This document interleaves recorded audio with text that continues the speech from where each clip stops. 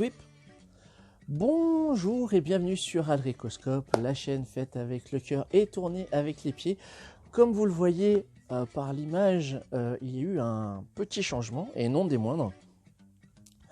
Avec ses fêtes de fin d'année et son lot de cadeaux, j'ai eu la surprise de recevoir ce que le cher ami Max désigne comme une lampe de youtubeuse. Donc ça y est, j'ai une vraie lumière. D'ailleurs, on voit le reflet sur ce pauvre Logan derrière moi du cerceau lumineux.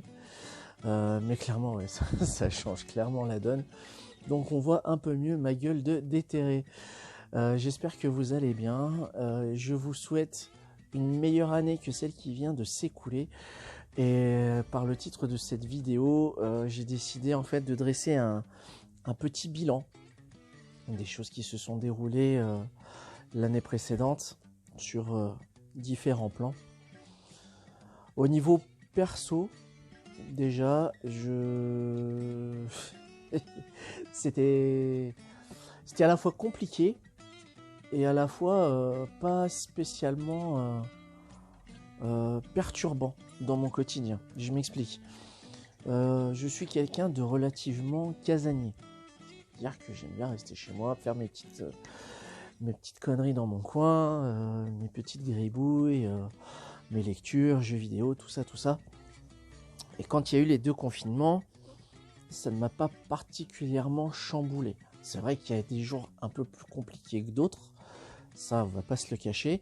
Mais à côté de ça, j'ai pas réellement eu besoin de vouloir à tout prix sortir pour m'aérer ou quoi que ce soit, de m'improviser jogger professionnel pour avoir des attestations à outrance ou des choses comme ça. Niveau santé, j'ai eu malheureusement mes enfants qui ont été touchés par le Covid en fin d'année. On avait passé des tests PCR. Alors déjà, ça avait au niveau impression, je ne sais pas si ça vous l'a fait, si vous l'avez passé, mais le test PCR, on vous enfonce un coton-tige dans le nez, mais ça m'a fait penser au rituel de démomification. Ils prenaient un tison, ils foutaient dans le nez, ils tiraient, voilà.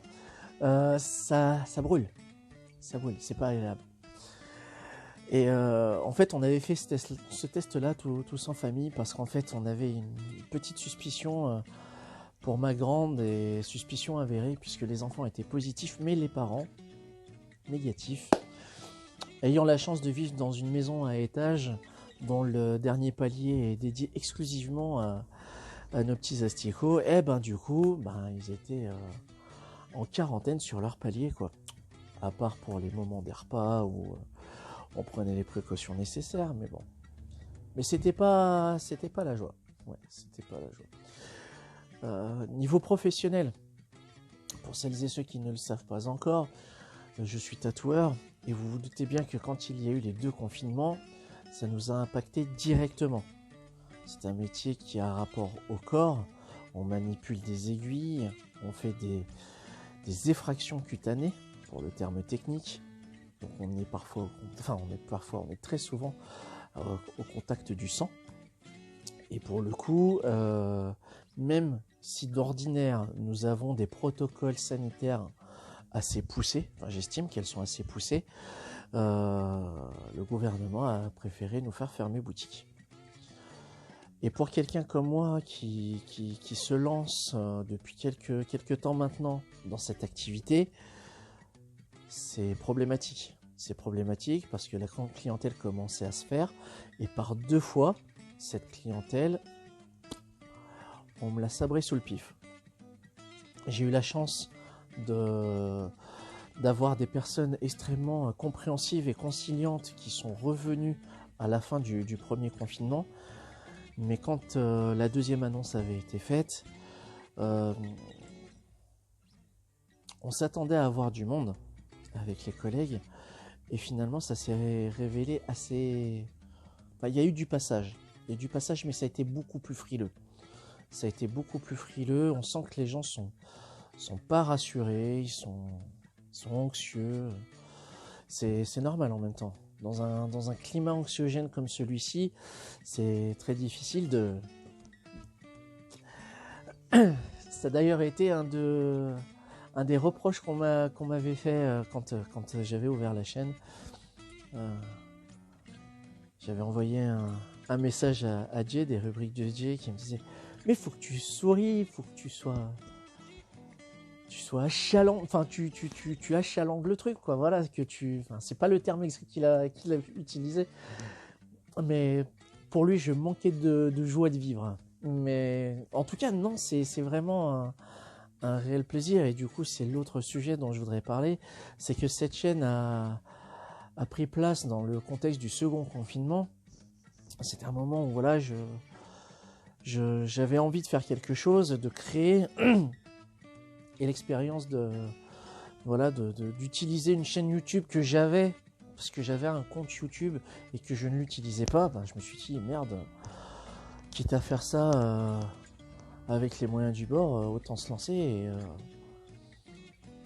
Et ouais, de toute façon, ces raisons-là, je les ai expliquées dans une des premières vidéos que j'ai faites, de pourquoi j'ai fait Alricoscope, et il y a des thèmes qui ont été bien soutenus et bien visionnés, et c'est plutôt cool. Vraisemblablement, la vidéo qui vous a le plus marqué, c'est celle sur les trading cards, et je vous en remercie, c'est cool. C'est cool. N'hésitez pas d'ailleurs dans les commentaires de cette vidéo, si vous avez des suggestions de thèmes que vous voudriez que j'aborde, ça peut être intéressant. J'ai vu que la communauté a commencé à... Enfin, la communauté... Je parle de la communauté comme si j'étais un youtubeur confirmé, mais pas du tout. Les spectateurs, les abonnés ont commencé à venir sur la chaîne, et je vous en remercie. Notamment par le biais du bouche à oreille ou de la communication de certaines personnes. Je pense à Sonia du collectif Comics of the Power, je pense au Commis des Comics avec lequel j'ai participé sur 2020 à la rubrique One Shot, qui était une petite rubrique en dessin dans son fameux Bando del Pueblo. Je pense aussi à Max Faraday, qui a été une des personnes qui m'a donné envie de faire ça, et c'était plutôt cool. J'avais réussi à garder un rythme assez régulier d'une vidéo par jour, et quand il y a eu le deuxième déconfinement, il a fallu faire des choix. Parce que mine de rien, il avait fallu recaler tous les clients qui n'avaient pas pu se présenter sur la période d'octobre-novembre. Donc ça impliquait des travaux au niveau du dessin, des projets, tout ça. Du coup, ben, ça prenait du temps sur tout le reste. Et tout le reste, à choisir entre la vie de famille et faire le guignol devant son téléphone avec une lumière qui n'était pas celle qui est présente maintenant, le choix il était vite fait. Et puis tant pis. J'ai vu que le nombre d'abonnés a un peu dégringolé. Tant pis, mais en tout cas, je remercie celles et ceux qui sont toujours fidèles au poste et qui postent des commentaires, qui lâchent des pouces bleus. Ça contribue à l'algorithme YouTube apparemment de faire grimper un peu cet intérêt-là. Mais encore une fois, je ne cherche pas la chasse à l'abonné, je ne cherche pas la chasse à la notoriété. Moi, si je fais ça, c'est uniquement pour vous faire partager mes expériences de lecture et vous donner envie de lire des titres qui m'ont plu. Et pourquoi ils m'ont plu. Voilà. Donc pour 2021, je vais vous souhaiter le meilleur, comme pour moi. Au niveau du futur de la chaîne, je pense qu'on va calmer un peu le jeu en termes de diffusion. Parce que les diffusions quotidiennes, c'était cool quand j'avais le temps. Maintenant, ça devient un petit peu plus technique. Mon activité de tatoueur étant relancée aussi. J'ai pas mal de projets sur le feu. J'ai les derniers envois de ma campagne Ulule que j'avais lancée fin 2020 et qui a très bien marché. Je remercie encore les contributeurs et les contributrices qui ont participé à cette aventure. Merci encore, sans vous, ces bouquins n'auraient jamais vu le jour. J'ai hâte de connaître vos avis. C'est le seul... c'est la seule remarque que je puisse faire, c'est que les gens qui ont reçu leurs comics, qui ne m'ont pas fait part de leur retour, ça m'embête parce que j'ai envie de m'améliorer pour mes futurs projets et j'ai envie de savoir ce qui vous a marqué, ce qui vous a plu et ce qui ne vous a pas plu. Alors, dans la limite de la courtoisie et de la cordialité, encore une fois, tant que ce sont des critiques constructives. Voilà. Le personnage de Survivor Soundtracks, il a son univers, il a ses aventures. J'ai juste besoin de temps pour les foutre sur le papier. Je suis en train de réfléchir à une manière funky et productive, j'ai envie de dire, de pouvoir tomber des planches assez rapidement en étant un minimum efficace, lisible et donner une identité graphique au titre.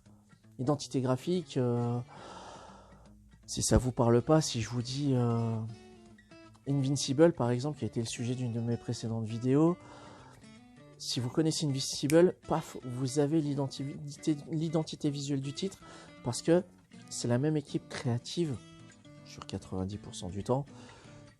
C'est Ryan Otley au dessin, donc bim, vous savez le ton que ça a, la particularité au niveau du trait, de comment c'est dessiné, etc.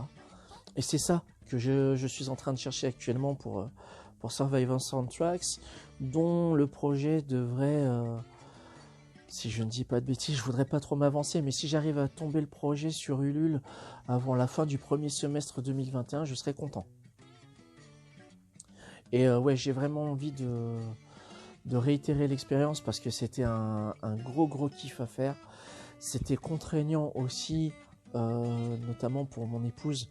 Je rappelle que mon épouse était coloriste de métier, mais qui est hélas handicapée. Elle est atteinte de fibromyalgie et malgré ça, elle s'est battue pour m'aider à monter tout ça et à coloriser les covers et les contreparties de la campagne The Last Hunt. Je te remercie encore, ma chérie. Et oui, même si ça n'a pas été simple, ça a été... moi, ça m'a fait extrêmement plaisir de voir que ça avait fonctionné. Et voilà, donc j'ai envie que 2021, en fait, soit synonyme encore de nouvelles expériences et de choses un peu plus joyeuses. Voilà. Donc, pour le devenir de la chaîne en elle-même, je pense qu'on va rester sur du rendez-vous aléatoire. J'aimerais vous donner rendez-vous 1 à 2 fois par semaine, comme certains youtubeurs ou youtubeuses peuvent le faire avec un rendez-vous quotidien, enfin pas quotidien mais régulier. Donc d'une part, c'est très bien pour eux parce que jouant le jeu de la plateforme YouTube, ben, ça crée une régularité. Donc au niveau de l'algorithme, bim, ça leur confère une certaine lisibilité. Donc ça les fait progresser dans ce sens-là. Moi, c'est pas ce que je recherche. Si j'ai envie de vous parler, là, vous voyez, dernièrement, j'ai reçu... vous voyez, comme je dirais, c'est que je parle dans tous les sens. Cette semaine, j'ai reçu le dernier colis Hachette de la collection de X-Men, la collection mutante. Donc, j'ai enfin le Massacre Mutant en entier. D'ailleurs, on le voit sur la tranche. Il y a mon mutant préféré. Comme ça, vous savez que Kurt Wagner, alias Diablo l'incroyable, est mon mutant préféré. Et oui, donc, j'ai enfin le Massacre Mutant complet. Donc, je vais enfin pouvoir le lire intégralement. Et ça, c'est cool. Donc, si j'ai envie de vous parler du Massacre Mutant, je prendrai le temps de sortir mon petit matériel et de discuter comme ça avec vous. 2021 synonyme, je l'espère aussi, de plus de projets, encore plus de fun dans mes projets tatouages. Je prends un pied énorme à bosser avec les gars de Norseman Tattoo Club qui me supportent malgré mes grosses conneries. Donc voilà, j'espère vraiment continuer sur cette lancée-là à faire des pièces avec des thématiques, enfin des pièces dites figuratives avec des créatures, des animaux, des éléments de pop culture, pourquoi pas. Ça serait, c'est la petite cerise sur le gâteau. Mais voilà, de rester dans cet univers-là, c'est quelque chose qui m'intéresserait beaucoup, même si j'estime qu'un tatoueur, pour ma part, devrait savoir un peu toucher à tout. Mon identité, en tous les cas, elle sera clairement plus axée sur le côté...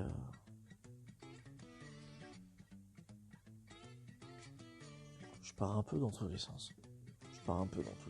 Bref. On va arrêter là. Je pense que la vidéo est suffisamment longue pour vous dire qu'il est temps de stopper et de terminer vos restes de repas de fête de fin d'année.